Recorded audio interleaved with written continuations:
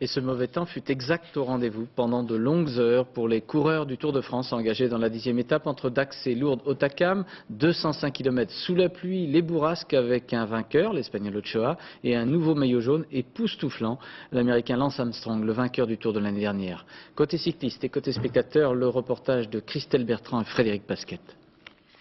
Dans la montagne, Lance Armstrong est un cas d'école. L'Américain a donné une leçon tactique à tout le peloton. Au pied de la dernière et plus dure montée de la journée, Armstrong accélère et provoque Marco Pantani suivi d'Alex Zülle. Le tenant du titre démontre au vainqueur 98 qu'il va falloir être fort pour lui ravir la victoire 2000. Pantani n'arrive pas à suivre Armstrong, qui part seul rejoindre un groupe de 6 coureurs emmené par Richard Virenque. Sans équipier en éclaireur, Lance Armstrong applique une telle cadence qu'encore une fois, personne ne peut suivre. Il y a Armstrong qui est revenu comme un avion, mais bon, aujourd'hui je suis assez content de moi.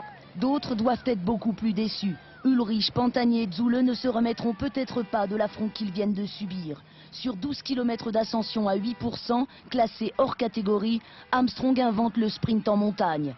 Une telle démonstration ferait presque oublier l'aventure d'Ochoa.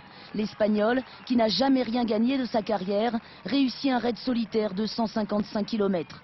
Il remporte cette 10e étape du Tour avec un Lance Armstrong lancé à ses trousses. Sous une pluie battante et dans le froid, Lance Armstrong n'est vraiment pas un coureur comme les autres.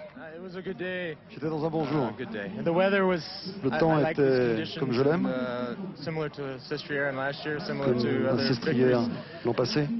Dans la première étape de montagne, l'Américain assomme le Tour, s'adjuge le maillot jaune et relègue Ulrich à 4 minutes 40, Zülle à 7,22 et Pantani à 10,34.